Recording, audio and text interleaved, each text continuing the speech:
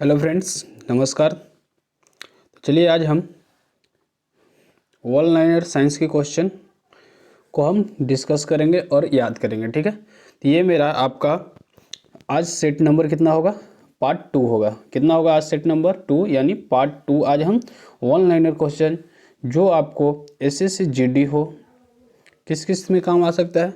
SSC GD, Bihar SSC, ठीक है, और साथ ही आपका रेलवे हो या एसएससी हो, यानी किसी भी एग्ज़ाम की अगर आप तैयारी कर रहे हैं तो इससे आप बहुत ही लाभदायक होने वाला है। तो चलिए हम ये फिजिक्स केमिस्ट्री बायो तीनों मिक्स रहेगा। ठीक है, मैंने एक पार्ट करा दिया है, ये मेरा सेकंड पार्ट है। चलिए बढ़ते हैं और क्वेश्चन की ओर शुरू करते हैं। ठीक है, अगर आप इस चैनल पे नए आए हैं तो चैनल को सब्सक्राइब कर लें। ठीक है, ये है आपका साइंस की वन लाइनर क्वेश्चन, 100+ प्रश्न यानी टॉप 100+ प्रश्न रहेगा। आपको सब्सक्राइब करना है रेलवे एग्जाम्स 98 यूट्यूब चैनल को। ठीक है, आप अगर फेसबुक को भी फॉलो कर लीजिएगा। ठीक है, चलिए तो हम आगे बढ़ते हैं। लोगो आपको ऐसा दिख रहा होगा। चलिए हम शुरू करते हैं पहली क्वेश्चन की ओर। सबसे पहला क्वेश्चन है, बहुत ही अच्छे प्रश्न के साथ है। क्वेश्चन है, निर्वात में ध्वनि का वेग कितना होता है? निर्वात में ध्वनि का वेग कितना होता है? तो निर्वात में ध्वनि का वेग, निर्वात में ध्वनि चल नहीं सकता है, लेकिन ध्वनि चलने के लिए माध्यम चाहिए। ठीक है, निर्वात में ध्वनि नहीं चल सकता है, ध्वनि चलने के लिए माध्यम चाहिए। चलिए option number second number question है। सेकंड नंबर क्वेश्चन है आपका,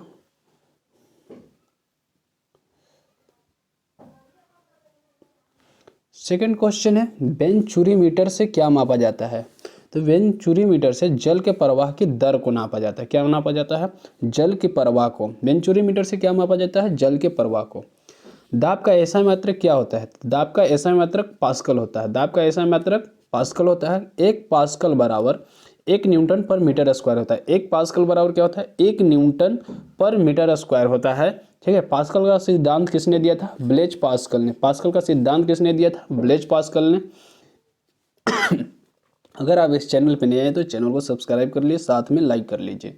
चलिए आगे बढ़ते हैं। क्वेश्चन नंबर 4, 4 नंबर क्वेश्चन है, क्यूरी किसकी इकाई का नाम है?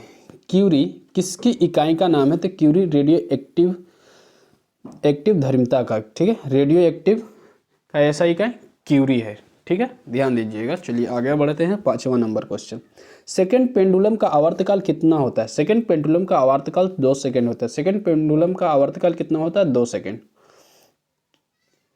6ठा नंबर क्वेश्चन है, वसा में घुलनशील विटामिन का नाम बताएं। वसा में घुलनशील विटामिन का नाम है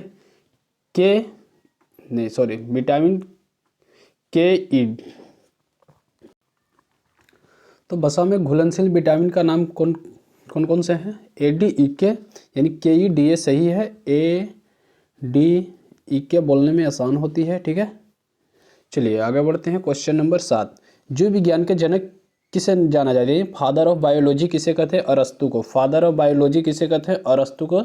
ठीक है, यानी एरिस्टोटल। आगे बढ़ते हैं। क्वेश्चन नंबर 8, क्वेश्चन नंबर 8 है, किस रंग की तरंग दैर्घ्य सबसे कम होती है? तो किस रंग की तरंग दैर्घ्य सबसे कम होती है? तो बैगनी की। बैगनी की तरंग दैर्घ्य सबसे कम होती है और सबसे अधिक किसकी होती है? लाल रंग की।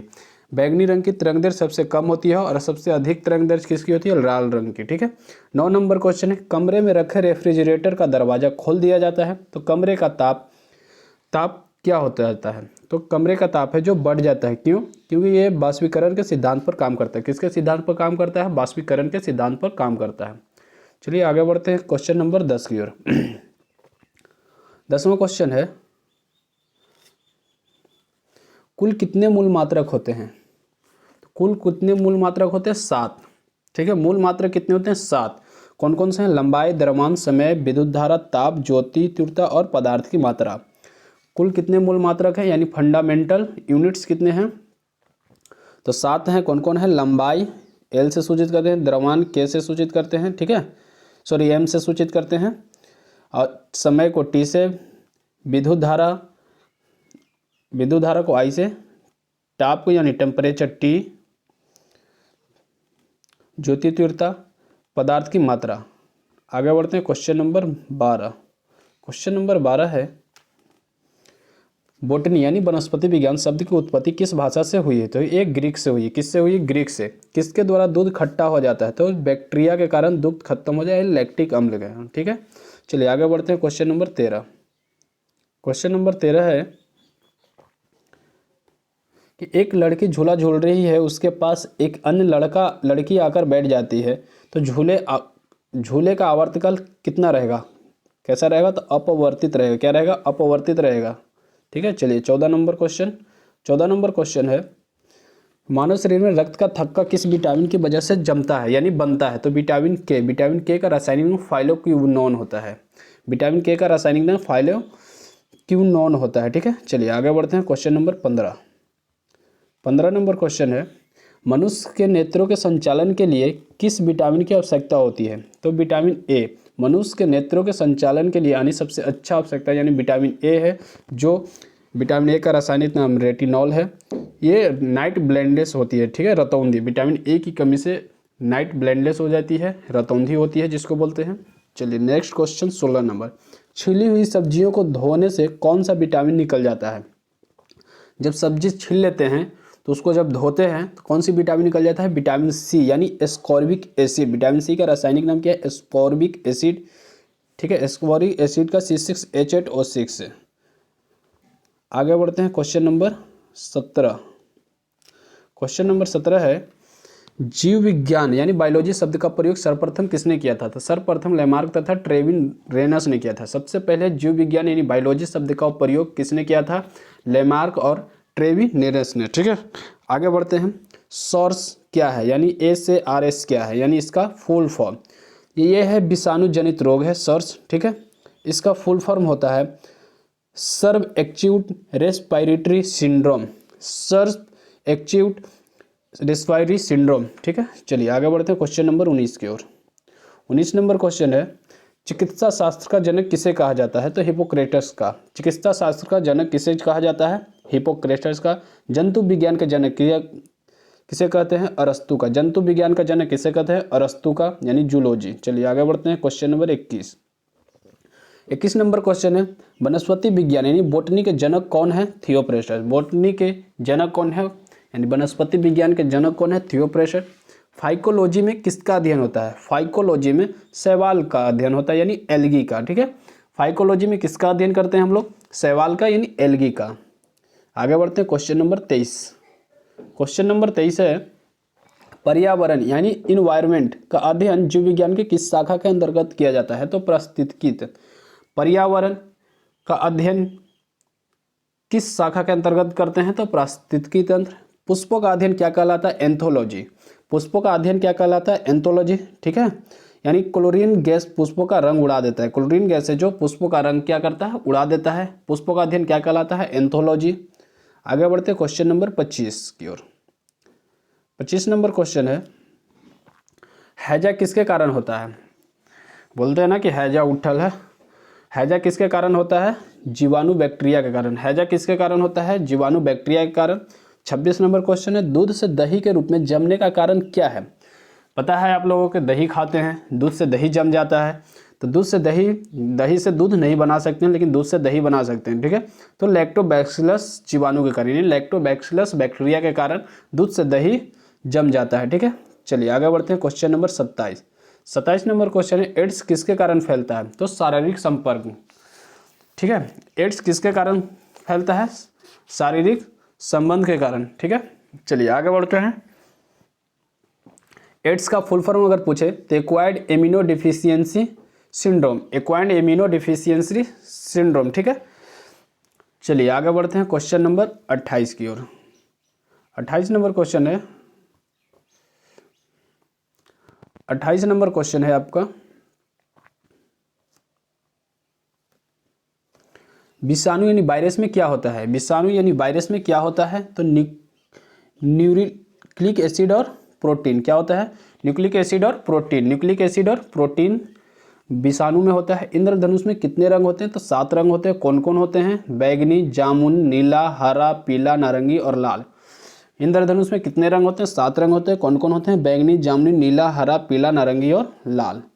आगे बढ़ते हैं क्वेश्चन नंबर 30। क्वेश्चन नंबर 30 है, क्वेश्चन नंबर 30 है, जानवरों में होने वाली फुट एंड माउथ रोग किसके कारण उत्पन्न होता है? जानवर में होने वाली फुट एंड माउथ रोग किसके कारण होता है? तो विषाणु के कारण होता है। दूध देने वाले जानवरों के लिए सबसे अधिक हानिकारक है। जो दूध देता है उसको फुट एंड माउथ रोग हो जाता है, तो ये सबसे अधिक हानिकारक होती है। ठीक है। मशरूम क्या है? मशरूम एक कवक है यानी फफूंद है, जिसको माइकोलॉजी कहते हैं। माइकोलॉजी का अध्ययन माइकोलॉजी का अध्ययन किसे करते हैं? कवक का अध्ययन माइकोलॉजी में करते हैं। ठीक है, कवक का अध्ययन माइकोलॉजी। पेनिसिलिन की खोज कब हुई थी? तो पेनिसिलिन की खोज 1928 ईस्वी में अलेक्जेंडर फ्लेमिंग ने की थी। ठीक है।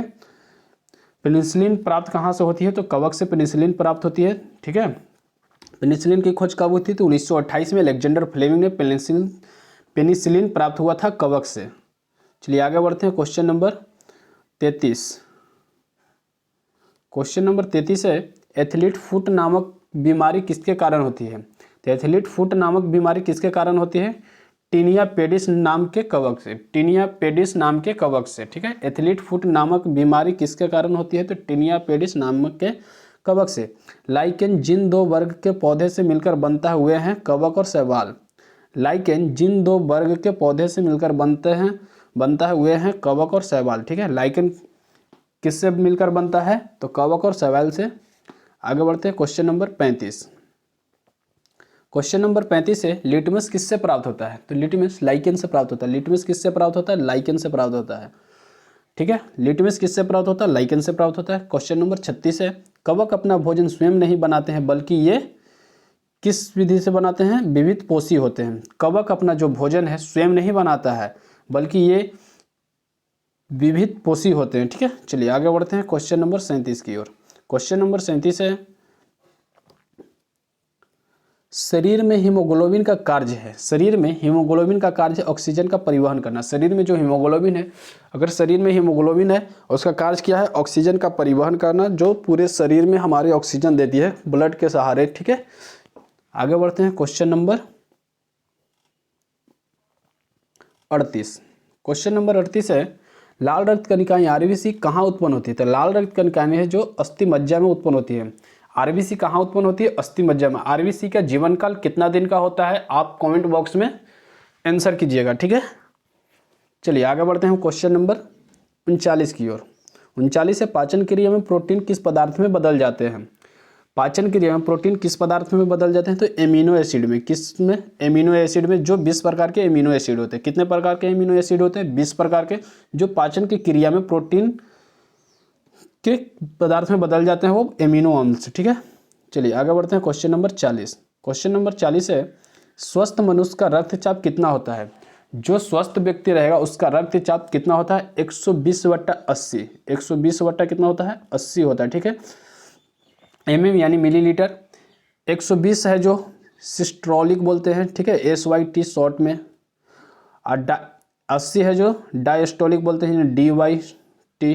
ठीक है, ये ध्यान दीजिएगा, क्वेश्चन पूछती है, उल्टा पलट भी देगा। चलिए, किसको सिस्टोलिक बोलते हैं, किसको डायस्टोलिक बोलते हैं? क्वेश्चन नंबर 41 की ओर बढ़ते हैं। 41 नंबर क्वेश्चन है, 41वां क्वेश्चन है, वह कौन सा अंग है जो मानव शरीर में ग्लाइकोजन के रूप में कार्बोहाइड्रेट को जमा करता है? वह कौन सा अंग है जो मानव शरीर में ग्लाइकोजन के रूप में कार्बोहाइड्रेट को जमा करता है? तो यकृत है। कौन है? यकृत यानी लीवर, प्रोटीन को संश्लेषित करता है। यकृत है, लीवर यानी प्रोटीन को संश्लेषित करता है। चलिए 42 नंबर क्वेश्चन, व्यंजक चूर्ण ब्लीचिंग पाउडर, व्यंजक चूर्ण ब्लीचिंग पाउडर का रासायनिक सूत्र क्या होता है? तो ब्लीचिंग पाउडर का रासायनिक सूत्र है CaOCl2। CaOCl2 यानी व्यंजक चूर्ण का रासायनिक नाम है CaOCl2, कैल्शियम हाइपोक्लोराइड इसका रासायनिक नाम हुआ। ठीक है, चलिए आगे बढ़ते हैं क्वेश्चन नंबर 43 की ओर। क्वेश्चन नंबर 43 है, विटामिन ए की कमी के कारण कौन सा रोग होता है? तो विटामिन ए की कमी के कारण रतौंधी होता है। विटामिन ए का रासायनिक नाम है रेटिनॉल। ठीक है, यानी नाइट ब्लाइंडनेस जिसको बोलते हैं, रात में नहीं दिखता है। आगे क्वेश्चन है 44 नंबर, दो समतल दर्पण के एक दूसरे से 60 डिग्री कोण पर झुके हैं। दो समतल दर्पण के एक दूसरे से 60 डिग्री कोण पर झुके हैं, इनके बीच रखी एक गेंद के बने प्रतिबिंब की संख्या कितनी होगी? तो 5 होगी। ठीक है, चलिए आगे बढ़ते हैं क्वेश्चन नंबर 45। 45 नंबर क्वेश्चन है, 45वां क्वेश्चन है, यदि किसी सरल लोलक की लंबाई 4% बढ़ा दी जाए तो उसका आवर्तकाल कितना प्रतिशत बढ़ जाएगा? तो 2%। कितना बढ़ेगा? 2%। ठीक है, यदि किसी सरल लोलक की लंबाई 4% बढ़ा दी जाए तो उसका आवर्तकाल कितना प्रतिशत बढ़ जाएगा? 2%। चलिए क्वेश्चन नंबर 46। क्वेश्चन नंबर 46 है, हम रेडियो की घुंडी घुमाकर विभिन्न स्टेशनों के प्रोग्राम सुनते हैं। यह संभव है अनुनाद के कारण। किसके कारण? अनुनाद के कारण, यानी रिजोनेंस के कारण। 47 नंबर क्वेश्चन है, उपग्रह में समय ज्ञात करने के लिए अंतरिक्ष यात्री को क्या प्रयोग करना चाहिए? क्वेश्चन नंबर 47 है, उपग्रह में समय ज्ञात करने के लिए अंतरिक्ष यात्री को क्या प्रयोग करनी चाहिए? तो स्प्रिंग की घड़ी। किसकी घड़ी? स्प्रिंग की घड़ी। ठीक है, चलिए नेक्स्ट आते हैं। 48 नंबर क्वेश्चन है। 48 नंबर क्वेश्चन है, यदि किसी पिंड को पृथ्वी से 11.2 किलोमीटर पर सेकंड के वेग से फेंका जाए तो पर डैश पर कभी नहीं लौटेगा, यानी पिंड पृथ्वी पर कभी नहीं लौटेगा। ठीक है, पृथ्वी का प्लायन वेग 11.2 किलोमीटर पर सेकंड है। पृथ्वी का प्लायन वेग 11.2 किलोमीटर पर सेकंड होता है, ये ध्यान रखिएगा। चलिए क्वेश्चन नंबर 49। क्वेश्चन नंबर 49 है, सफेद रक्त कण यानी WBC का मुख्य कार्य है रोग प्रतिरोधक क्षमता धारण करना। सफेद रक्त कण WBC का मुख्य कार्य है रोग प्रतिरोधक क्षमता धारण करना। 50 नंबर क्वेश्चन, कवक वर्ग के जीव में डैश नहीं होते हैं, यानी पर्णहरित क्लोरोफिल नहीं होते हैं। कवक वर्ग के यानी कवक में पर्णहरित नहीं होते हैं, क्लोरोफिल नहीं होते हैं। ठीक है, चलिए आगे बढ़ते हैं। Question number 51। क्वेश्चन नंबर 51 है, किसको RBC का कब्रिस्तान कहा जाता है? किसको RBC का कब्रिस्तान कहा जाता है? तो पलीहा का, यानी तिल्ली, जिसको बोलते हैं हम लोग तिल्ली। RBC का कब्रिस्तान किसे कहा जाता है? पलीहा, तिल्ली को। पेट में भोजन को पचाने के लिए किसकी खास आवश्यकता होती है? तो एंजाइम की। पेट में भोजन पचाने के लिए किसकी खास आवश्यकता होती है? तो एंजाइम की। ठीक है, चलिए आगे बढ़ते हैं क्वेश्चन नंबर 53 की ओर। क्वेश्चन नंबर 53 है, लार किसके पाचन में सहायक होती है? लार किसके पाचन में सहायक होती है? तो स्टार्च, जिसको बोलते हैं मंड के रूप में। लार जो निकलते हो मंड के रूप में, स्टार्च के रूप में निकलते हैं, पाचन में सहायक होती है। जो हम लोग चावल खाते हैं मुंह में आपका वो लार बनकर अंदर जाती है। ठीक है, यानी पूरा सौन जाता है, जो मिल जाता है, घुल जाता है। आगे बढ़ते हैं क्वेश्चन नंबर 54। क्वेश्चन नंबर 54 है, भोजन के पाचन में कौन सा अम्ल सहायता करता है? तो भोजन के पाचन में कौन सा अम्ल सहायता करता है? तो HCl यानी हाइड्रोक्लोरिक अम्ल। ठीक है, कौन सा अम्ल? हाइड्रोक्लोरिक अम्ल। क्वेश्चन नंबर 55 है, डिस्क ऑपरेटिंग सिस्टम किसका फुल फॉर्म है? तो DOS का। DOS का disk operating system full form है। ये क्वेश्चन पूछी जाती है, इंपॉर्टेंट क्वेश्चन है। ठीक है, चलिए आगे बढ़ते हैं क्वेश्चन नंबर 56 की ओर। क्वेश्चन नंबर 56 है, वर्षा की बूंदें गोलाकार क्यों होती है? तो वर्षा की बूंदें गोलाकार होती है पृष्ठ नाव के कारण। किसके कारण? पृष्ठ नाव के कारण। क्वेश्चन नंबर 57 है, प्रोटीन को पॉलीपेप्टाइड में कौन बदलता है? प्रोटीन को पॉलीपेप्टाइड में कौन बदलता है? तो पेप्सिन। कौन बदलता है? पेप्सिन। पेप्सिन है जो पाचक एंजाइम प्रोटीन को तोड़ता है। पेप्सिन पाचक एंजाइम प्रोटीन को तोड़ता है। प्रोटीन को पॉलीपेप्टाइड में कौन बदलता है? तो पेप्सिन, जो पाचक एंजाइम है उसे प्रोटीन को तोड़ देता है। ठीक है, चलिए आगे बढ़ते हैं क्वेश्चन नंबर 58। क्वेश्चन नंबर 58 है, पित्त किसके द्वारा पैदा किया जाता है? पित्त है जो किसके द्वारा? तो पित्त आप देखे होंगे जो छोटा होता है वो यकृत में, यानी जिगर या कलेजा, जिसको बोलते हैं जिगर या कलेजा यकृत को। ठीक है, चलिए आगे बढ़ते हैं क्वेश्चन नंबर 59। क्वेश्चन नंबर 59 है, रक्त स्कंदन में कौन सा विटामिन क्रियाशील होते हैं? रक्त स्कंदन यानी जिसको कौन से विटामिन क्रियाशील होते हैं? विटामिन के। विटामिन के का रासायनिक नाम है फाइलोक्विनोन। ठीक है, विटामिन के का रासायनिक नाम है फाइलोक्विनोन। आगे बढ़ते हैं क्वेश्चन नंबर 60 की ओर। क्वेश्चन नंबर 60 है, CO2 के सर्वाधिक उत्सर्जन में योगदान देने वाला देश कौन सा है? संयुक्त राज्य अमेरिका। CO2 के सर्वाधिक उत्सर्जन में योगदान देने वाला देश कौन सा है? संयुक्त राज्य अमेरिका। ठीक है, चलिए आगे बढ़ते हैं क्वेश्चन नंबर 51 की ओर। 51 नंबर क्वेश्चन है, विद्युत प्रेस का आविष्कार किसने किया था? विद्युत प्रेस का आविष्कार किसने किया था? तो हेनरी सिल्ले ने। किसने किया था? हेनरी सिल्ले ने। विद्युत प्रेस का आविष्कार किसने किया था? हेनरी सिल्ले ने। किस उद्योग में अभ्रक कच्चे माल के रूप में प्रयुक्त होता है? किस उद्योग में अभ्रक कच्चे माल के रूप में प्रयुक्त होता है? तो विद्युत उद्योग। किस उद्योग में अभ्रक कच्चे माल के रूप में प्रयुक्त होता है? तो विद्युत उद्योग। आगे बढ़ते हैं क्वेश्चन नंबर 63। क्वेश्चन नंबर 63 है, दाब बढ़ाने पर जल का क्वथनांक बढ़ता है या घटता है? तो बढ़ता है। दाब जब बढ़ेगा तो जल का क्वथनांक क्या हो जाएगा? बढ़ेगा, ठीक है ना। तांबा का शत्रु तत्व किसे कहते हैं? तांबा का शत्रु तत्व किसे कहते हैं? तो सल्फर को, यानी गंधक। एटॉमिक नंबर कितना है? 16। चलिए आगे बढ़ते हैं क्वेश्चन नंबर 65 नंबर क्वेश्चन है, रेडियो एक्टिविटी की खोज किसने की थी? रेडियो एक्टिविटी की खोज किसने की थी? हेनरी बेकुरल ने, ठीक है। हेनरी बेकुरल को नोबेल पुरस्कार कब मिला था? 1903 ईस्वी में। रेडियो एक्टिविटी की खोज किसने की थी? हेनरी बेकुरल ने। नोबेल पुरस्कार कब प्राप्त हुआ? 1903 ईस्वी में। आगे बढ़ते हैं क्वेश्चन नंबर 66। क्वेश्चन नंबर 66 है, न्यूटन के किस नियम के अनुसार प्रत्येक क्रिया के बराबर व विपरीत दिशा में प्रतिक्रिया होती है? तो न्यूटन के तीसरा नियम। न्यूटन के किस नियम के अनुसार प्रत्येक क्रिया के बराबर व विपरीत दिशा में प्रतिक्रिया होती है? तो यह न्यूटन के तीसरा नियम के अनुसार। आगे बढ़ते हैं क्वेश्चन नंबर 67 की ओर। क्वेश्चन नंबर 67 है, उगते व डूबते समय सूर्य लाल प्रतीत होता है क्योंकि लाल रंग का प्रकीर्णन सबसे कम होता है। उगते व डूबते समय सूर्य लाल प्रतीत होता है क्योंकि लाल रंग का प्रकीर्णन सबसे कम होता है, ठीक है।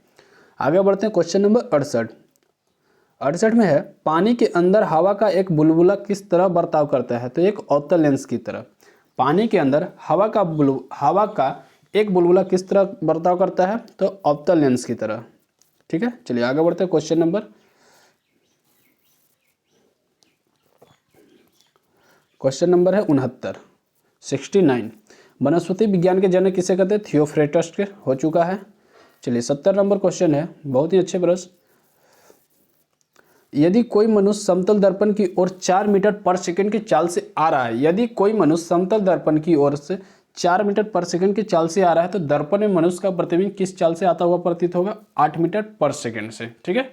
क्योंकि अगर समतल में यानी दर्पण में हम देख रहे हैं, अगर हम 4 मीटर पर सेकंड की चाल से चल रहे हैं तो उसमें दिखेगा मेरे को स्पीड, ठीक है ना, कि बहुत तेजी से आ रहा है, यानी 8 मीटर पर सेकंड से दिखता हुआ प्रतीत होगा, ठीक है। चलिए आगे बढ़ते हैं क्वेश्चन नंबर 71। क्वेश्चन नंबर 71 है, कार, ट्रकों और बसों में ड्राइवर की सीट के बगल में कौन सा दर्पण लगा होता है? तो उत्तल दर्पण। 72 नंबर क्वेश्चन, ऐसे तत्व जिनमें धातु और अधातु दोनों के गुण पाए जाते हैं वो क्या कहलाते हैं? उपधातु कहलाते हैं, मेटोलॉइड कहलाते हैं, ठीक है। उपधातु 7 है, कौन कौन है? Boron, silicon, germanium, arsenic, antimony, tellurium और पोलोनियम। ऐसे तत्व जिनमें धातु और अधातु दोनों के गुण पाए जाते हैं वे क्या कहलाते हैं? मेटोलॉइड यानी उपधातु। उपधातु कितने हैं? 7। ब्रोन हो गया, सिलिकॉन हो गया, जर्मेनियम, आर्सेनिक, एंटीमनी, टेल्यूरियम और पोलोनियम। आगे बढ़ते हैं क्वेश्चन नंबर 73। क्वेश्चन नंबर 73 है, चंद्रमा पर एक बम विस्फोट होता है, इसकी आवाज पृथ्वी पर सुनाई देगी या नहीं? नहीं, बिल्कुल नहीं देगी। क्वेश्चन नंबर 74 नंबर क्वेश्चन है, झरने में जब जल ऊंचाई से गिरता है तो उसका तापमान क्या हो जाता है? तो बढ़ जाता है, ठीक है। क्या हो जाता है? बढ़ जाता है। चलिए आगे बढ़ते हैं क्वेश्चन नंबर 75 में क्वेश्चन है, किसमें ध्वनि की चाल सबसे अधिक होती है? तो इस्पात में ध्वनि की चाल सबसे अधिक होती है, यानी 5920 मीटर पर सेकंड। जल में 1480 मीटर पर सेकंड होती है। इस्पात में सबसे ज़्यादा होती है 5920 मीटर। किसमें ध्वनि की चाल सबसे अधिक होती है? इस्पात में 5920 मीटर। जल में कितना होता है? 1480 मीटर पर सेकंड। क्वेश्चन नंबर 76 है, उड़ाने वाले जीवों के अध्ययन को क्या कहा जाता है? उड़ाने वाले जीवों के अध्ययन को क्या कहा जाता है? एरोबायोलॉजी। क्या कहते हैं? एरोबायोलॉजी। क्वेश्चन नंबर 77 है, कवक कोशिका भित्ति किसकी बनी होती है? तो काइटिन की। कवक की कोशिका भित्ति किसकी बनी होती है? काइटिन की। कवक के अध्ययन को क्या कहते हैं? माइकोलॉजी। कवक के अध्ययन को क्या कहते हैं? माइकोलॉजी। 79 नंबर क्वेश्चन है ये। 79 नंबर है, काजू का वैज्ञानिक नाम यानी साइंटिफिक नेम क्या है? एनाकार्डियम एरोमेटिकम। क्या नाम है? एनाकार्डियम एरोमेटिकम। काजू का वैज्ञानिक नाम यानी साइंटिफिक नेम क्या है? एनाकार्डियम एरोमेटिकम। 80 नंबर क्वेश्चन है, किडनी के अध्ययन को क्या कहा जाता है? नेफ्रोलॉजी। किडनी के अध्ययन को क्या कहा जाता है? नेफ्रोलॉजी। किडनी के अध्ययन को नेफ्रोलॉजी कहते हैं। 81 नंबर क्वेश्चन है, गन मेटल किसका मिश्र धातु है? गन मेटल किसका मिश्र धातु है? तो गन मेटल तांबा, टीन और जस्ता का। गन मेटल किसका मिश्र धातु है? तांबा, टीन और जस्ता का। ठीक है, तांबा, टीन और जस्ता का 88% तांबा, 10% टीन और 2% जस्ता होती है। ठीक है, याद रखिएगा, क्वेश्चन पूछती है। 82 नंबर क्वेश्चन है, सेंट्रल प्रोसेसिंग यूनिट किसका पूरा नाम है? यानी सीपीयू का। ये सीपीयू कंप्यूटर का मस्तिष्क जिसे बोलते हैं सीपीयू। आगे बढ़ते हैं, क्वेश्चन नंबर है 83। डीएनएस का फुल फॉर्म क्या है? डीएनएस का फुल फॉर्म क्या है? डीएनएस का फुल फॉर्म है domain name system. Domain name system. ठीक है, डीएनएस का फुल फॉर्म क्या है?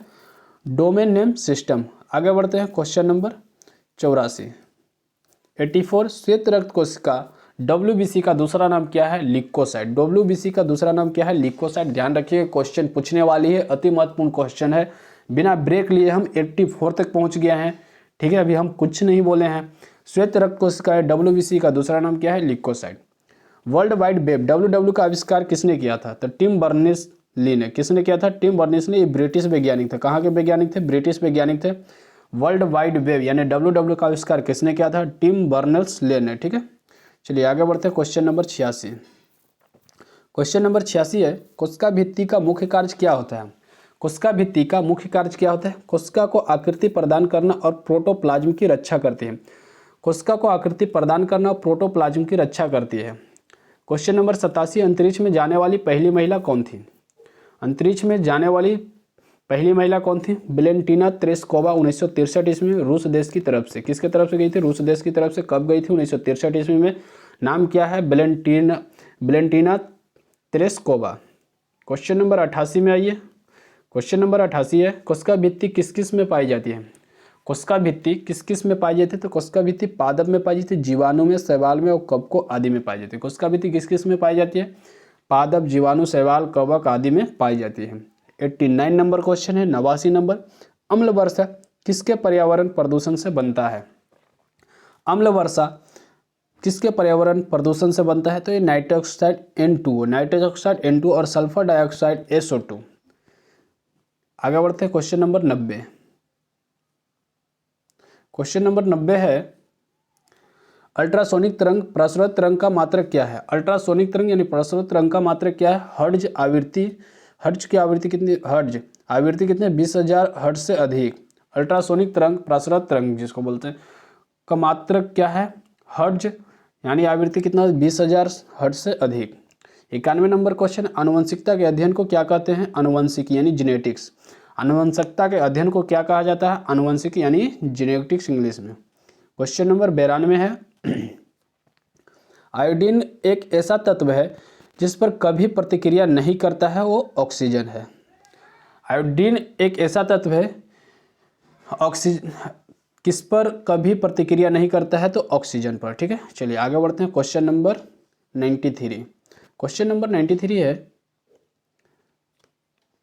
आवर्धक लेंस यानी मैग्नीफाइंग ग्लास कौन सा लेंस होता है? तो अवतल लेंस यानी कॉनकेव लेंस। आवर्धक लेंस मैग्नीफाइंग ग्लास कौन सा लेंस होता है? तो अवतल lens concave lens. 94 number question है, इस्पात में कार्बन की मात्रा होती है 0.5 से 1.5%। इस्पात में कार्बन की मात्रा होती है 0.5 से 1.5%। इस्पात में कार्बन की मात्रा होती है 0.5 से 1.5%। आगे बढ़ते हैं, क्वेश्चन नंबर 95। क्वेश्चन नंबर 95 है, उन देशों में जहां के लोगों का मुख्य खाद्यान्न पॉलिश किया हुआ चावल है, लोग पीड़ित होते हैं।